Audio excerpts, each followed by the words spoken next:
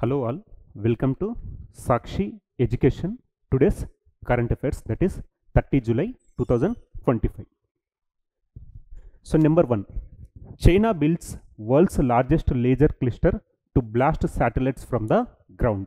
So China చేతిలో ప్రపంచంలోనే అతిపెద్ద లేజర్ క్రిస్టల్ శత్రు శాటిలైట్లను అంతరిక్షంలోనే తునాతునకలు చేసే ఒక టెక్నాలజీని డెవలప్ చేయడం జరిగింది. So recently the Chinese researchers developed world's largest laser crystal. So ఇక్కడ ఏంటి మనకు ఇంపార్టెంట్ టర్మ్ ఏంటి ఇక్కడ మనకు లేజర్.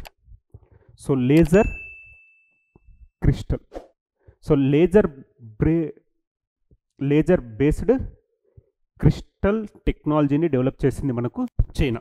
సో చైనా చేతిలో ప్రపంచంలోనే అతిపెద్ద లేజర్ క్రిస్టల్ శత్రు శాటిలైట్లను అంతరిక్షంలోనే తునాతునకలు చేసే ఒక టెక్నాలజీని డెవలప్ చేస్తూ చైనా వార్తల్లో నిలిచింది. So let us discuss. So ఇదేంటి అంటే targeting the satellites. So satellites వచ్చేసి మనకేంటి స్పేస్లో ఉండడం జరుగుతుంది.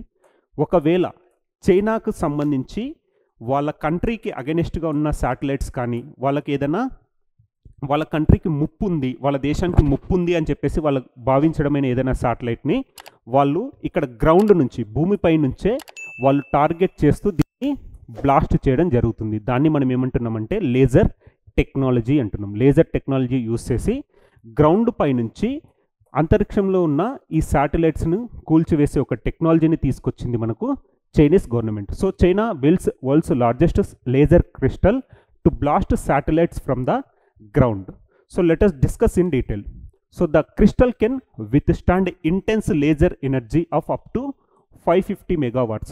So it can withstand up to 550 megawatts per square centimeter. Next, the Chinese scientists have claimed to create the world's largest పేరేంటి అంటే ఆ క్రిస్టల్ టెక్నాలజీది barium gallium selenide, BGS, barium gallium selenide, BGS, barium gallium selenide. So ఆ crystal technology పేరేంటి? Barium gallium selenide. So crystal to enhance long range laser systems. So it is ఏంటి అంటే it belongs to the long range laser systems and improve infrared sensing technologies significantly. So it targets the satellites from the ground. So this crystal is notable for its ability to efficiently convert short wave infrared lasers into mid range infrared beams. So important concept enti, it converts short wave infrared lasers into mid to far infrared beams. So conversion of short lasers into infrared beams. So mid range beams varaku idi convert chestundi. Next, the development could pave the way for powerful laser weapons capable of targeting satellites from the ground. So simply the Chinese scientists developed a laser technology that is barium gallium selenide which targets the satellites from the ground. So China ప్రపంచంలోనే అతిపెద్ద barium gallium సెలెనైడ్ laser క్రిస్టల్ను అభివృద్ధి చేసినట్టు సమాచారం. ఇది ఉపగ్రహాలను లక్ష్యంగా చేసుకోగల శక్తివంతమైన భూ ఆధారిత లేజర్ ఆయుధాలకు మార్గం సుగమం చేస్తుంది. So it targets satellites from the ground. Next, ఇది చదరపు సెంటీమీటర్కు 550 మెగావాట్ల వరకు లేజర్ తీవ్రతలను తట్టుకోగలదు. ఈ క్రిస్టల్ షార్ట్ వేవ్ ఇన్ఫ్రారెడ్ లేజర్లను మధ్య మరియు దూర ఇన్ఫ్రారెడ్ కిరణాలుగా మార్చగలదు. So it converts short wave infrared lasers into mid to far infrared beams. So ఏంటిది? ఈ క్రిస్టల్ షార్ట్ వేవ్ ఇన్ఫ్రారెడ్ లేజర్లను మధ్య మరియు దూర ఇన్ఫ్రారెడ్ కిరణాలుగా మార్చగలదు. ఇవి వాతావరణం ద్వారా సుదూర ప్రసారానికి బాగా సరిపోతాయి. దేశ భద్రత రక్షణే పరమావధిగా చైనా దీన్ని అభివృద్ధి చేసింది. తమ వైమానిక అనుస్థావరాలు వ్యూహాత్మక ప్రాంతాల గుట్టును చెప్పే విదేశీ శత్రు దేశాల శాటిలైట్స్ని భూమిపై నుంచి లేజర్ క్రిస్టల్ సహాయంతో అంతరిక్షంలోనే తునాతునకలు చేస్తుంది. So it targets the satellites which are against the sovereignty of China. So ఆ శత్రు దేశాలకు సంబంధించిన ఉపగ్రహాలను వీళ్ళు ఏంటి అంటే భూమిపై నుంచే వాళ్ళను కూల్చివేస్తారు. సో దానికి యూస్ చేస్తున్న technology laser based, that is ఏమంటున్నాం, barium gallium selenide technology developed by the China. So ఇక్కడ ఏంటి, దేశ భద్రత రక్షణే పరమావధిగా చైనా దీన్ని అభివృద్ధి చేసింది. తమ వైమానిక అనుస్థావరాలు వ్యూహాత్మక ప్రాంతాల గుట్టును చెప్పే విదేశీ శత్రు దేశాల ఉపగ్రహాలను భూమిపై నుంచి లేజర్ క్రిస్టల్ సహాయంతో అంతరిక్షంలోనే తునాతునకలు చేస్తుంది. So China developed the technology to target the satellites from the ground. So last క్లాసెస్లో మనం డిస్కస్ చేసింది ఏంటి, చైనా వాళ్ళు ఏం చేస్తున్నారంటే తేనెటీగలు, సో బీస్ ఉంటాయి కదా, సో ఈ తేనెటీగలకు ఏం చేస్తున్నారంటే వాళ్ళు ఒక మైక్రోచిప్ను అమర్చడం జరుగుతుంది. ఆ మైక్రోచిప్కి ఏంటి అంటే వీళ్ళు కమాండ్స్ ఇవ్వడం జరుగుతుంది. సో కమాండ్ ఇవ్వడం వల్ల అంటే ఏంటి, లెఫ్ట్కి వెళ్ళమంటే ఆ మైక్రోచిప్ సెన్సార్ ద్వారా ఆ తేనెటీగలు లెఫ్ట్కి వెళ్తున్నాయి, రైట్ అంటే రైట్, వాళ్ళు ఇచ్చిన ఇన్స్ట్రక్షన్స్ని తూచా తప్పకుండా పాటిస్తున్నాయి. సో లేటర్ వీళ్ళు ఏంటి అంటే they want to introduce the same బీస్ ఇంటూ మిలిటరీ. సో మిలిటరీ ఆపరేషన్స్లో ఈ తేనెటీగలను వాళ్ళు యూటిలైజ్ చేసుకోవాలి అని చెప్పేసి ఫస్ట్ టెస్టింగ్ చేస్తున్నారు. దాన్ని ఏంటి అంటే టెస్ట్ చేయడం జరిగింది. సో బీస్కి చిప్ను అమర్చి వాళ్ళు మానిటరింగ్ చేస్తున్నారు. ఈ టెక్నాలజీ కూడా మనకు చైనాలోనే డెవలప్ అయింది. At the same time last క్లాసెస్లో మనం డిస్కస్ చేస్తుంది ఏంటి అంటే చైనాకు సంబంధించిన hydro power project. So Brahmaputra river పైన వీళ్ళు కట్టబోయే హైడ్రో పవర్ ప్రాజెక్ట్ ఎలా ఉంది అంటే last year United Kingdom utilize చేసిన మొత్తం పవర్ని ఒక చైనానే ప్రొడ్యూస్ చేయబోతుంది. సో ఇదేంటి అంటే ప్రపంచంలోనే అతిపెద్ద హైడ్రో పవర్ ప్రాజెక్ట్. సో ఇక్కడ ఏంటంటే దీనివల్ల భూకంపాలు వచ్చే ఛాన్స్ ఉంది, బయోడైవర్సిటీ లాస్ అయ్యే ఛాన్స్ ఉంది. సో ఇలాంటి పర్యావరణకు కూడా ఏంటి అంటే కొన్ని అగనిస్ట్ అయిన ఫీచర్స్ ఉన్నాయి. కాకపోతే అదేంటి అంటే చైనా వాటన్నిటిని లెక్క చేయకుండా ముందుకు వెళ్ళాలి అని చెప్పేసి నిశ్చయించుకోవడం జరిగింది. సో ప్రపంచంలోనే అతిపెద్ద హైడ్రో పవర్ ప్రాజెక్ట్ ఎక్కడ రాబోతుంది అంటే China. So next, so volcanoes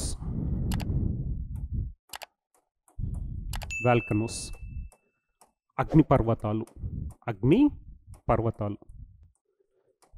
so రీసెంట్గా మనకు న్యూస్లో ఉన్న వాల్కనోస్ కానీ ఎర్త్క్వేక్ సంబంధించిన ప్రాంతాలు కానీ, సో ఇలా డిజాస్టర్స్కి సంబంధించిన స్టాంపీడ్ రకరకాలుగా విపత్తులు న్యూస్లో ఉన్నప్పుడు మనకి ఏంటి అంటే ఎగ్జామినేషన్ పాయింట్ ఆఫ్లో చాలా ఇంపార్టెంట్. సో మనం లాస్ట్ క్లాసెస్లో డిస్కస్ చేసుకున్న దాని ప్రకారం ఏంటంటే ఇంపార్టెంట్ వాల్కనోస్ మనకి ఎగ్జామినేషన్ పాయింట్ ఆఫ్లో చాలా ఇంపార్టెంట్. సో ఇక్కడ ఏంటి అంటే ప్రీవియస్ క్వశ్చన్స్ మనం చూస్తే ఈ వాల్కనో బేస్డ్గా కొన్ని క్వశ్చన్స్ కూడా మనం గమనించవచ్చు. అందులో భాగంగా మనం డిస్కస్ చేయబోతున్న వాల్కనో ఏంటి అంటే ఫ్యూగో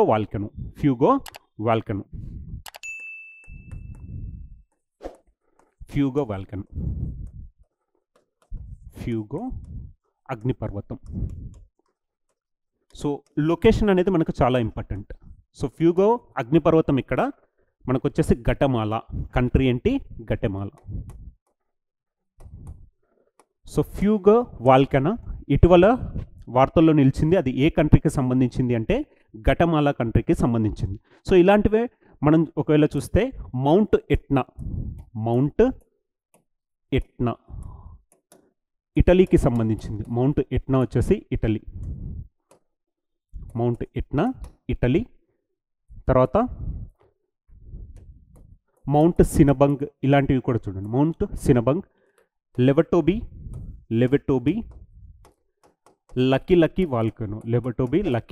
లక్కీ వాల్కనో రీసెంట్గా చూసాం.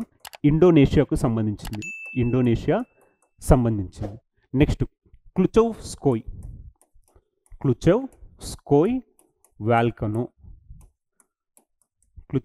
Volcano belongs to Russia. So ఇలాంటి వాల్కనోస్ న్యూస్లో ఉన్నప్పుడు మనకు ఏ కంట్రీకి సంబంధించిందో తెలుసుకోవాలి. సో ఇక్కడ ఫ్యూగో వాల్కనో మనకి ఇక్కడ గటమాల కంట్రీలో ఉద్భవించింది, ఎరప్ట్ అయింది. Next, national education policy 2020 completes 5 years. National education policy 2020 it completed 5 years. So national education policy completes 5 years. Let us discuss in detail. So the national education policy 2020, that is known as NEP in short, completes its 5 years today. Next, the launch of National Education Policy laid out an ambitious roadmap to transform India's schools into spaces where learning is no longer confined to textbooks, marks, or memorization. So our correspondent reports that over the past 5 years, the policy has laid the foundation for a more inclusive, learner-focused and future-ready education system in India.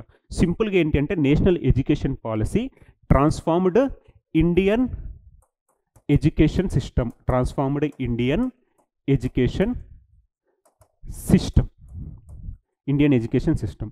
So it has laid the foundation for more inclusive, learner focused and future ready education system.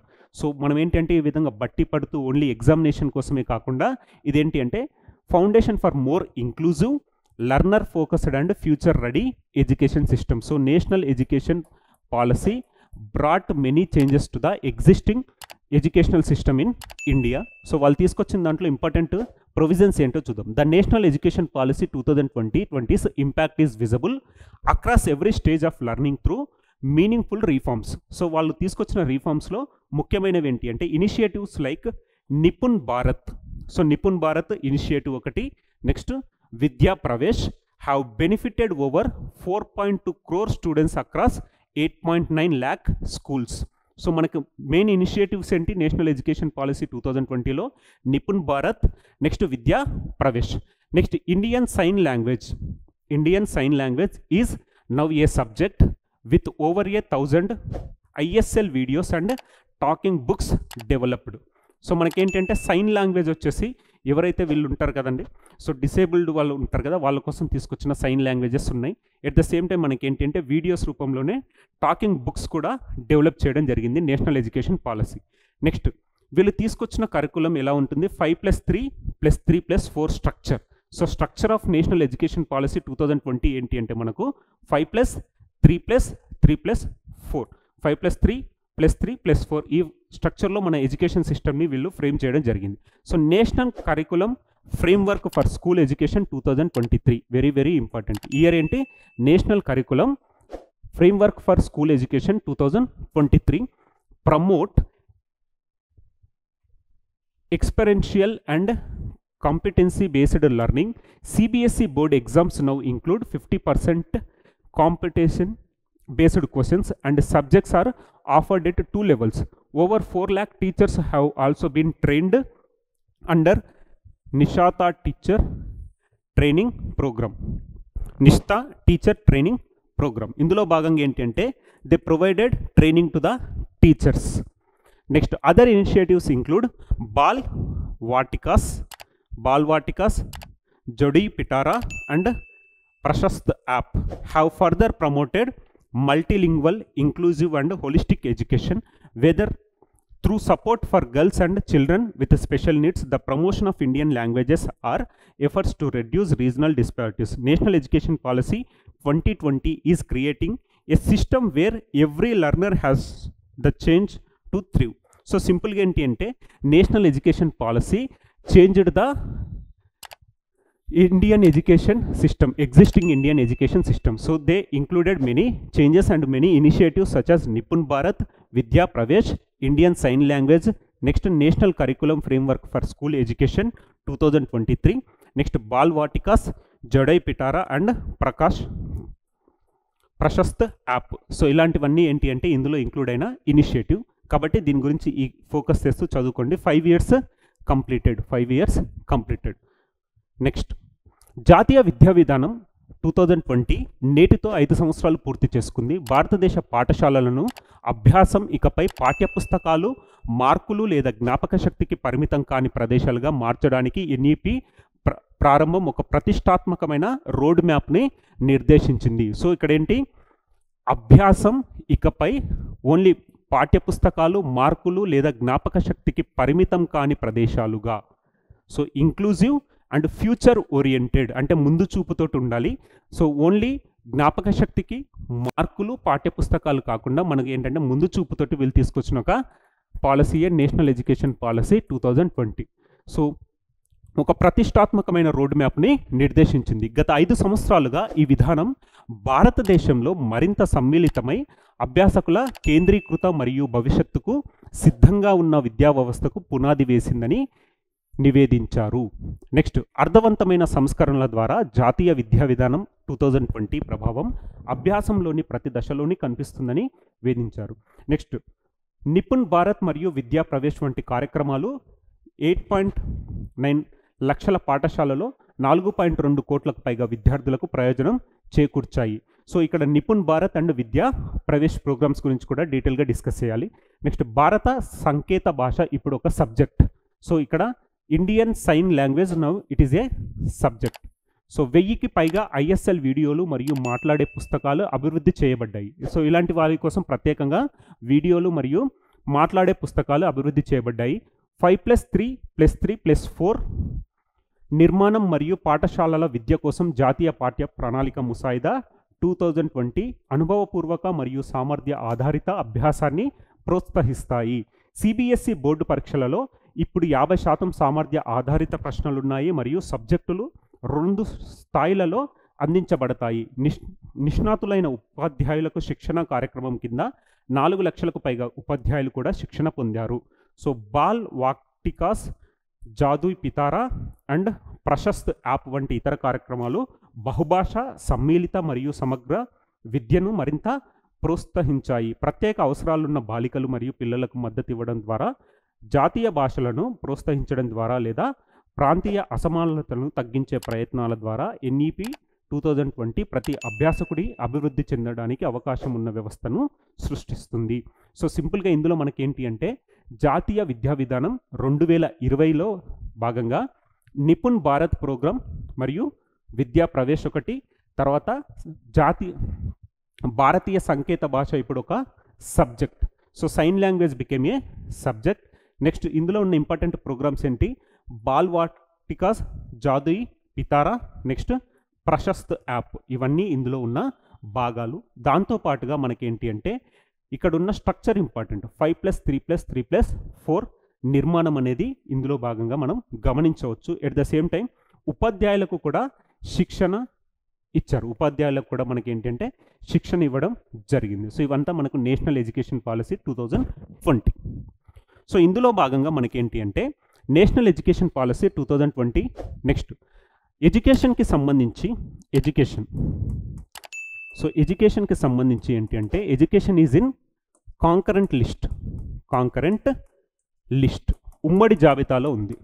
ఉమ్మడి జాబితాలో ఉండడం జరిగింది. So earlier మనకేంటి అంటే ఇది రాష్ట్ర జాబితాలో ఉంది. తర్వాత మనకు వచ్చేసి ఏంటంటే 42nd constitutional amendment act 1976, 42nd constitutional amendment act 1976 changed it into union list. ముందు ఇదేంటంటే రాష్ట్ర జాబితాలో ఉండడం జరిగింది. తర్వాత ఇప్పుడు ఉమ్మడి జాబితాలోకి రావడం జరిగింది. According to the 1976 42nd constitutional amendment act brought it into the union list. Next, fundamental right. So ఇక్కడ మనకి ఇంపార్టెంట్ అమెండ్మెంట్ ఏంటి? 86th constitutional amendment act, 86th constitutional amendment act year 2002.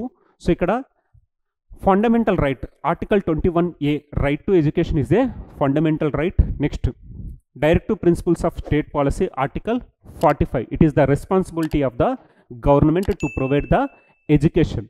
Next, article 51AK it is a fundamental duty, ప్రాథమిక విధి. ఇందులో భాగంగా మనకేంటి అంటే Guardian అంటే పేరెంట్స్ కానీ గార్డియన్స్ కానీ వాళ్ళ పిల్లలకు కంపల్సరిగా ఎడ్యుకేషన్ని ప్రొవైడ్ చేయాలి అనేది మనకు ఫండమెంటల్ విధి. Next, right to education act వచ్చేసి మనకు ఏ ఇయర్లో వచ్చింది? Right to education act 2009 came in to effect from 2010. So చట్టం వచ్చింది 2009, అది అమల్లోకి వచ్చింది ఏంటి 2010. సో ఇదంతా మనకి ఏంటి అంటే ఎడ్యుకేషన్కి సంబంధించి మనకు ఇండియన్ కాన్స్టిట్యూషన్లో ఉన్న articles amendments. So next, Puducherry becomes first state to integrate TB screening in family adoption programme. So ఇక్కడ ఏంటి అంటే పుదుచ్చేరిలో ఇంటర్న్షిప్లో భాగంగా ద గవర్నమెంట్ తీసుకొచ్చిన కొత్త రూల్ ఏంటంటే Puducherry becomes first state to integrate TB screening in family adaptation. So ఇందులో ఏంటి, పుదుచ్చేరి భారతదేశంలో తన కుటుంబ దత్తత కార్యక్రమంలో క్షయ స్క్రీనింగ్ను అనుసంధానించిన మొట్టమొదటి కేంద్రపాలిత ప్రాంతంగా అవతరించింది. జాతీయ క్షయవ్యాధి నిర్మూలన కార్యక్రమంతో అనుసంధానించబడిన ఈ చొరవ JICE-IAS ప్రకారం వైద్య విద్యార్థులను కుటుంబాలను దత్తత తీసుకోవడానికి మరియు వారు కమ్యూనిటీ అవుట్రీచ్లో భాగంగా టీబీ స్క్రీనింగ్ నిర్వహించడానికి ఉపయోగించుకుంటుంది. ఈ కార్యక్రమం సమాజంలో ముందస్తుగా టీబీ గుర్తింపు, రోగ నిర్ధారణ మరియు చికిత్సను బలోపేతం చేయడం లక్ష్యంగా పెట్టుకుంది. సో ఇక్కడ ఏంటి, Puducherry has made a pioneering move in the fight against tuberculosis by becoming the first union territory in India to integrate TB screening as part of the family adoption programme. So Puducherry government తీసుకొచ్చిన ఒక scheme ఏంటి, family adoption programme. ఇందులో భాగంగా ఈ internship చేసే విద్యార్థులు ఏంటి అంటే కొన్ని కుటుంబాలను వాళ్ళు దత్తత తీసుకుంటారు. వాళ్ళకు టీబీ స్క్రీనింగ్ కానీ అంటే ఈ టెస్టులు ఇవన్నీ వాళ్ళకు నిర్వహించడం జరుగుతుంది. ఒకవేళ వాళ్ళు టీబీ ఎఫెక్ట్ అయిన వాళ్ళు ఉంటే వాళ్ళకు మెడికేషన్ ప్రొవైడ్ చేస్తారు. సో దట్ ఏంటంటే టీబీని అంతమొందించాలి అనే ఒక లక్ష్యంతో భారత ప్రభుత్వము ముందుకు వెళ్ళడం జరుగుతుంది. అందులో భాగంగా పుదుచ్చేరి గవర్నమెంట్ తీసుకొచ్చిన ఒక కొత్త ఇనిషియేటివ్ ఏంటి అంటే ఇక్కడున్న ఇంటర్న్షిప్ స్టూడెంట్స్ వచ్చేసి వాళ్ళు అడాప్ట్ చేసుకుంటారు. అంటే కొన్ని కుటుంబాలను దత్తత తీసుకుంటారు. వాళ్ళకు టీబీ కేసెస్ పైన వీళ్ళను కంపల్సరీగా అన్ని టెస్ట్ చూసుకుంటారు. ఒకవేళ ఎవరికైనా పాజిటివ్ వచ్చిందనుకోండి వాళ్ళను కోలుకునే వరకు వాళ్ళకు ఏంటంటే ఈ మెడికేషన్ ప్రొవైడ్ చేయడం, సలహాలు ఇవన్నీ ఇచ్చి వాళ్ళను బయటపడేయడం జరుగుతుందన్నమాట. సో పుదుచ్చేరి గవర్నమెంట్ ఇక్కడ టీబీ రిలేటెడ్ కాబట్టి TB is a bacterial disease. TB is a bacterial disease. So రీసెంట్గా మనకు న్యూస్లో ఉన్న డిసీజెస్ కూడా ఎగ్జామినేషన్ పాయింట్ ఆఫ్ లో చాలా important.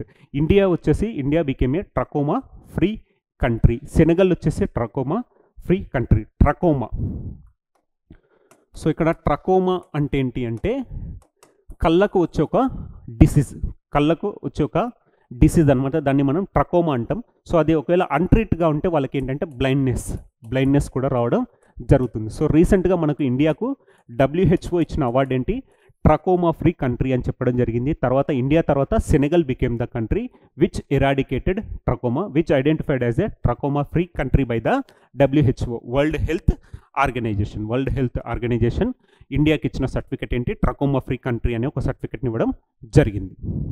So next, Bihar's bold move for women, pink buses and special hostels announced. So Bihar government తీసుకొచ్చిన ఒక కొత్త ఇనిషియేటివ్ ఏంటి అంటే బీహార్ రాష్ట్రంలో ఉన్న మహిళలకు Bihar bold move for women వాళ్ళకేంటి పింక్ బస్సెస్ను ప్రొవైడ్ చేస్తుంది. At the same time special హాస్టల్స్ను కూడా అనౌన్స్ చేయడం జరిగింది. సింపుల్గా the Bihar government is providing pink buses and special hostels for the students and women. So ఇక్కడ ఏంటి, బీహార్లోని మహిళలకు బీహార్ గవర్నమెంట్ తీసుకొచ్చిన ఒక కొత్త పథకం ఏంటి, ఈ పింక్ బస్సెస్తో పాటు వాళ్ళకు సపరేట్ హాస్టల్స్ని కూడా ప్రొవైడ్ చేస్తూ న్యూస్లో ఉన్న రాష్ట్రం ఏంటి అంటే మనకు బీహార్ రాష్ట్రం. Next, exercise bold Kurukshetra. Exercise bold Kurukshetra.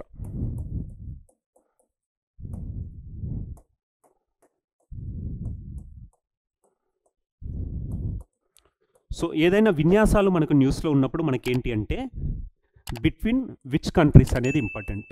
రెండు దేశాల మధ్యలో జరుగుతున్నది కాబట్టి ఆ రెండు కంట్రీస్ ఏంటి అనేది ఇంపార్టెంట్. అవి ఆర్మీకి సంబంధించినవా, నావెల్కి సంబంధించినవా, లేకపోతే ఎయిర్ ఫోర్స్కి సంబంధించిందని కూడా ఇంపార్టెంట్. అందులో భాగంగా ఎక్సర్సైజ్ బోల్డ్ కురుక్షేత్ర వ్యాయామం ఏ కంట్రీస్ మధ్యలో జరిగింది, ఇండియా అండ్ సింగపూర్కి సంబంధించిన military operation. India and Singapore. So ఇక్కడ ఇండియా సింగపూర్ మధ్యలో జరిగిన ఒక మిలిటరీ ఆపరేషన్ని మనం ఏమంటున్నాం, ఎక్సర్సైజ్ బోల్డ్ కురుక్షేత్ర అని పిలవడం జరిగింది. ఇది ఎన్నోవ ఎడిషన్ అంటే 14th ఎడిషన్. సో 14th ఎడిషన్ని ఆతిథ్యం ఇస్తున్న దేశం వెన్యూ ఏంటి అంటే ఇండియా. సో ఒకసారి ఇండియా ఆతిథ్యం ఇస్తే నెక్స్ట్ ఇయర్ ఏమవుతుంది, మళ్ళీ సింగపూర్ ఆతిథ్యం ఇస్తుంది. So prior to last time 13th edition వచ్చేసి సింగపూర్ ఆతిథ్యంలో జరిగింది కాబట్టి ఈసారి మనకు ఇండియా ఆతిథ్యంలో 14th edition of exercise bold Kurukshetra జరుగుతుంది. ఇండియా అండ్ సింగపూర్ ఆర్మీకి సంబంధించింది. సో ఇలాంటి ప్రీవియస్లో ఉన్నాయి మనం ఏంటంటే Passex, exercise Passex.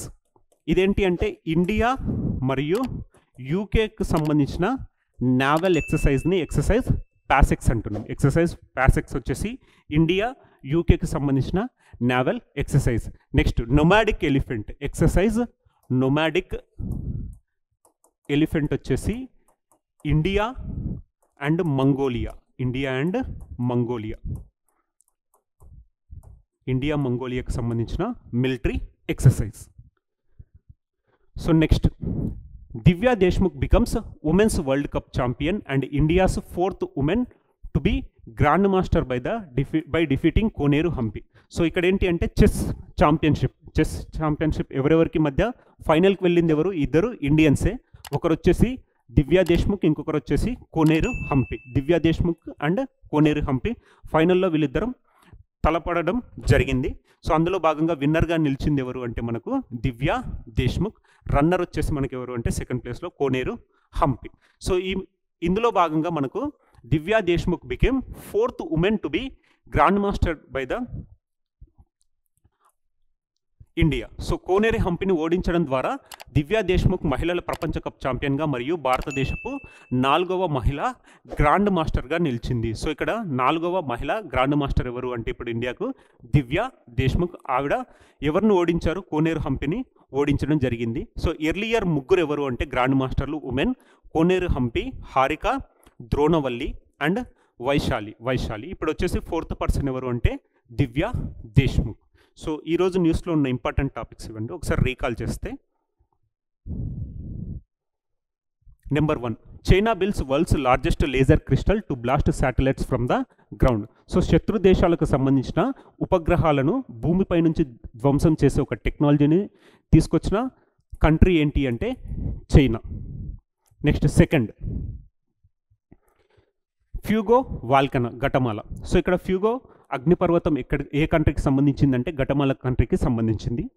So next, national education policy completes 5 years. So జాతీయ విద్యా విధానం 2020 వచ్చేసి ఇప్పుడు 5 సంవత్సరాలు పూర్తి చేసుకోవడం జరిగింది. So next, Puducherry becomes first state to integrate TB screening in family adoption programme. So ఇక్కడ ఏంటి అంటే ఫ్యామిలీ అడాప్టేషన్ ప్రోగ్రామ్ని తీసుకొచ్చిన టీబీకి సంబంధించిన మొట్టమొదటి రాష్ట్రం లేదా కేంద్రపాలిత ప్రాంతం ఏంటి అంటే Puducherry. So next, Bihar's bold move for women, pink buses and special hostels announcement. So ఇక్కడ బీహార్లో మహిళలకు, విద్యార్థినులకు పింక్ బస్సెస్ మరియు స్పెషల్ హాస్టల్స్ని, వసతి గృహాలను తీసుకొచ్చిన రాష్ట్రం ఏంటి అంటే మనకు Bihar. So next, India Singapore మధ్యలో జరిగిన ఒక మిలిటరీ ఎక్సర్సైజ్. ఆ ఎక్సర్సైజ్ పేరు ఏంటి అంటే exercise bold Kurukshetra.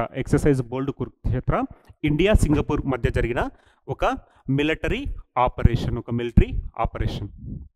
Next, Divya Deshmukh becomes women's world cup champion and India's 4th women to be grand master by defeating Koneru Humpy. So Koneru హంపిని ఓడించడం ద్వారా దివ్యా దేశ్ముఖ్ మహిళల ప్రపంచ కప్ ఛాంపియన్గా నిలవడం జరిగింది. ఎట్ ద సేమ్ టైం ఇండియాకు సంబంధించిన 4వ గ్రాండ్ మాస్టర్. మిగిలిన ముగ్గురు ఎవరు అంటే మొట్టమొదటి కోనేరు హంపి, హారిక ద్రోణవల్లి అండ్ వైశాలి. సో వీళ్ళ తర్వాత ఇప్పుడు 4వ గ్రాండ్ మాస్టర్గా నిలిచింది ఎవరు అంటే దివ్యా దేశ్ముఖ్. సో ఇవండి ఈరోజు important topics. Will meet again tomorrow. Thank you.